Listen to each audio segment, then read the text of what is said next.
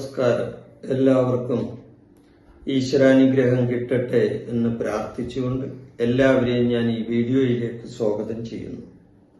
ഞാൻ ഇന്ന് പറയുന്ന വിഷയം 1202 ആണ്ട് മലയാള പുതുവർഷ സമ്പൂർണ്ണ രാശിക്കൂറ് ഫലം.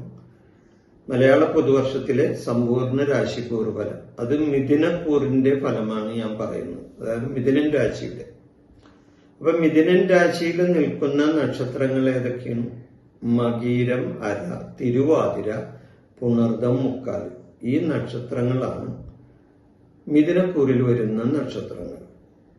ഇവരെ സംബന്ധിച്ച് പ്രധാനപ്പെട്ട ഗ്രഹങ്ങൾ, അതായത് വ്യാഴം, ശനി, രാഹു, ഈ ഗ്രഹങ്ങൾ ഏതെല്ലാം സ്ഥാനങ്ങളിലാണ് നിൽക്കുന്നതെന്ന് നോക്കിയിട്ട് ആണ് അതിന്റെ കാര്യങ്ങൾ, അതിന്റെ ഫലം പറയാൻ പറ്റുകയുള്ളൂ.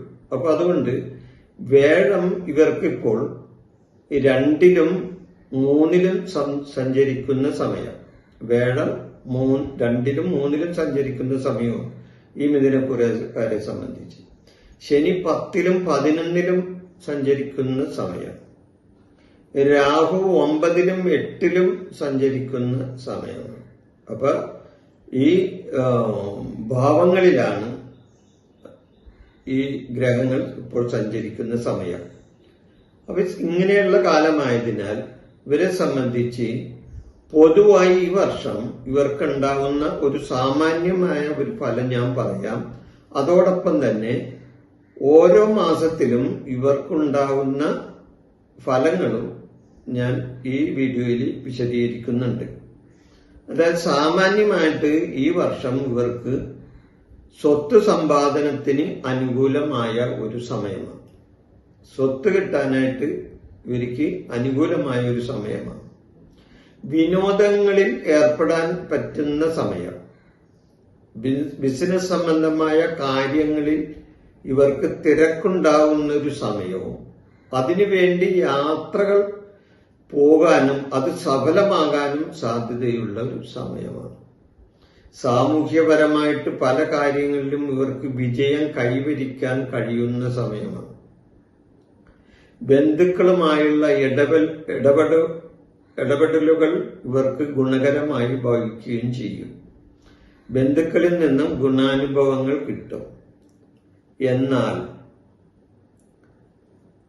സൗഹൃദങ്ങളിൽ നിന്നും ചില നിരാശയും ഇവർക്ക് ഉണ്ടാകാൻ സാധ്യതയുണ്ട്. സൗഹൃദങ്ങളിൽ നിന്ന്, അതായത് ചിലപ്പോൾ ചില സുഹൃത്തുക്കളിൽ നിന്ന് ഒക്കെ ചില നിരാശയും ഇവർക്ക് ഉണ്ടാകാൻ സാധ്യത ഉള്ള ഒരു സാമാന്യ ഫലമാണ് ഈ വർഷം ഇവർക്ക് ഉള്ളത്. അതൊന്നുകൂടി വിശദമായി പറഞ്ഞാൽ ഓരോ മാസത്തിലും ഇവർക്ക് കിട്ടുന്ന ഫലങ്ങൾ എന്താണെന്ന് നമുക്ക് നോക്കാം. ചിങ്ങമാസത്തിൽ ഇവർക്ക് സ്ഥാനമാന പ്രാപ്തി കിട്ടുന്ന ഒരു സമയമാണ്. സ്ഥാനമാനങ്ങൾ കിട്ടുന്ന സമയം. അതുകൂടാതെ ഗ്രഹലാഭം, അതായത് വീട് വെക്കാൻ ഉദ്ദേശിക്കുന്നവർക്ക് വീട് പണി നടക്കാനും വീട് വെക്കാനും സാധിക്കുന്ന ഒരു സമയമാണ്. എന്നാൽ ഇവർക്ക് രോഗസംബന്ധമായ ചില രോഗങ്ങൾ, അതായത് രക്തസംബന്ധമായ അസുഖം, ഉഷ്ണ സംബന്ധമായ അസുഖം എന്നിവയും പിടിപെടാൻ ഈ സമയത്ത് സാധ്യതയുണ്ട്. പിന്നെ അതുകൂടാതെ വാക്കുകളിൽ കൂടി ഇവർക്ക് വിജയം ഉണ്ടാകുന്ന സമയമാണ്. അതായത് നല്ല വാക്കുകൾ പറഞ്ഞ് ഇവർക്ക് അതിൽ വിജയം ഉണ്ടാകുന്ന ഒരു സമയം ആണ് ഈ ചിങ്ങമാസത്തിൽ ഇവരെ സംബന്ധിച്ച്. അതോടൊപ്പം തന്നെ ഇവര് ചിങ്ങമാസം കഴിഞ്ഞ ഇവർ കന്നിമാസത്തില് സ്ത്രീകളുമായി അകൽച്ച വരുന്ന സമയമാണ്. സ്ത്രീകളുമായിട്ട് ചില കാര്യങ്ങളിൽ അകൽച്ച വരുന്ന സമയമാണ്.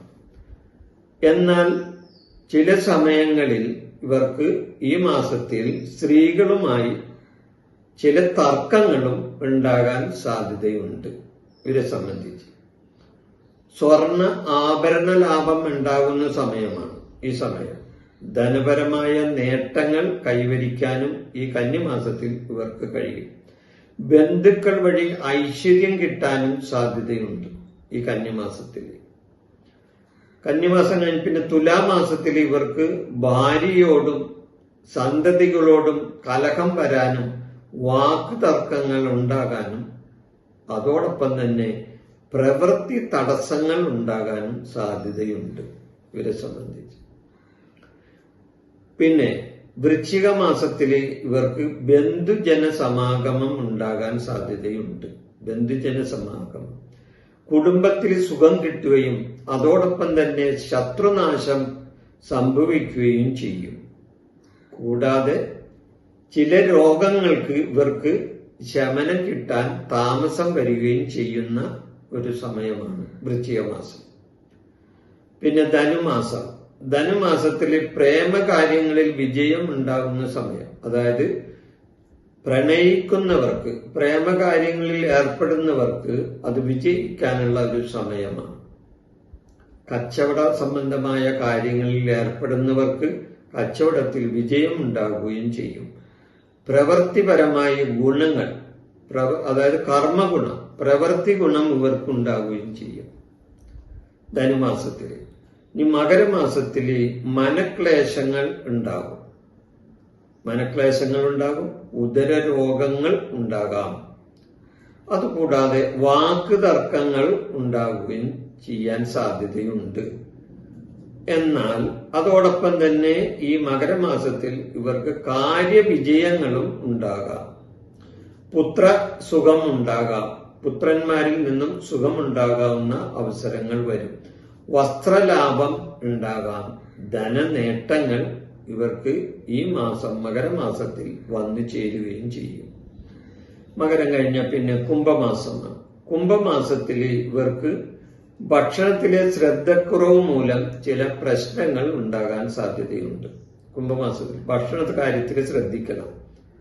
വിശാല മനസ്കതയുള്ളവരായിരിക്കും ഈ സമയത്ത് ഇവരുടെ മനസ്സ്. അത് വിശാലമായ ഒരു മനസ്സ് ഈ സമയത്ത് ഇവർക്കുണ്ടാവും. നിയമകാര്യങ്ങളിൽ ഇവർക്ക് വിജയം കൈവരിക്കാൻ കഴിയുന്ന ഒരു സമയമാണ്. അതായത് നിയമപരമായ എന്തെങ്കിലും കാര്യങ്ങളിൽ ഏർപ്പെട്ടിട്ടുണ്ടെങ്കിൽ അതിലെല്ലാം ഇവർക്ക് വിജയം കൈവരിക്കാൻ കഴിയുന്ന സമയമാണ് ഈ സമയം. അതായത് മീനമാസത്തില് കാര്യവിജയം ഉണ്ടാകും. അല്ല, കുംഭമാസത്തില് ആണ് ഈ ഇതുണ്ടാവുന്നത്. ഇനി കുംഭമാസം കഴിഞ്ഞാൽ പിന്നെ മീനമാസം. മീനമാസത്തില് ഉന്നതരുമായി കൂടിക്കാഴ്ച ഉണ്ടാകുന്ന സമയം. ഇവർക്ക് വിജയാനുഭവങ്ങൾ നേടിത്തരുന്ന സമയം. അതായത് വിജയാനുഭവങ്ങൾ ഉണ്ടാകുന്ന ഒരു സമയം. പുതിയ സുഹൃത്തുക്കൾ വഴി കാര്യവിജയങ്ങൾ വന്ന് സംഭവിക്കുകയും ചെയ്യും. നല്ല വിധത്തിലുള്ള കാര്യനേട്ടങ്ങൾ ഇവർക്ക് ഈ കുംഭമാസത്തില് ഇവർക്ക് വന്നു ചേരാൻ സാധ്യതയുണ്ട്. മീനമാസത്തിലും അതേപോലെ തന്നെ ഇവർക്ക് ഉന്നതരന്മാരുമായി കൂടിക്കാഴ്ചയുണ്ടാകും, വിജയാനുഭവങ്ങൾ വന്നു ചേരും, പുതിയ സുഹൃത്തുക്കൾ വഴി കാര്യവിജയങ്ങളും ഉണ്ടാകും മീനമാസത്തിൽ. പിന്നെ ഇനി മീനമാസം കഴിഞ്ഞ മേടമാസത്തില് കച്ചവടത്തിൽ പുരോഗതി ഉണ്ടാകുന്ന സമയമാണ്. മേടത്തില് വരുമാന വർധനയുണ്ടാകുന്ന സമയം, തൊഴിൽപരമായി നേട്ടങ്ങൾ ഉണ്ടാകുന്ന ഒരു സമയമാണ്. ആരോഗ്യത്തിൽ ഇവര് തൃപ്തികരമായിരിക്കുകയും ചെയ്യും. ആരോഗ്യ പ്രശ്നങ്ങളൊന്നും ഈ സമയത്ത് ഇവർക്ക് ഉണ്ടാകാൻ സാധ്യതയില്ല മേടമാസത്തില്. ഇനി ഇടവത്തില് സാമ്പത്തികമായി ലാഭമുണ്ടാവുകയും സന്തോഷകരമായ ഒരു കുടുംബജീവിതം നയിക്കാൻ ഇടവരുകയും ചെയ്യും ഇവരെ സംബന്ധിച്ച്. സ്ത്രീകൾ മൂലം ഇവർക്ക് നേട്ടങ്ങൾ ഉണ്ടാകുകയും ചെയ്യും ഈ ഇടവമാസത്തില്.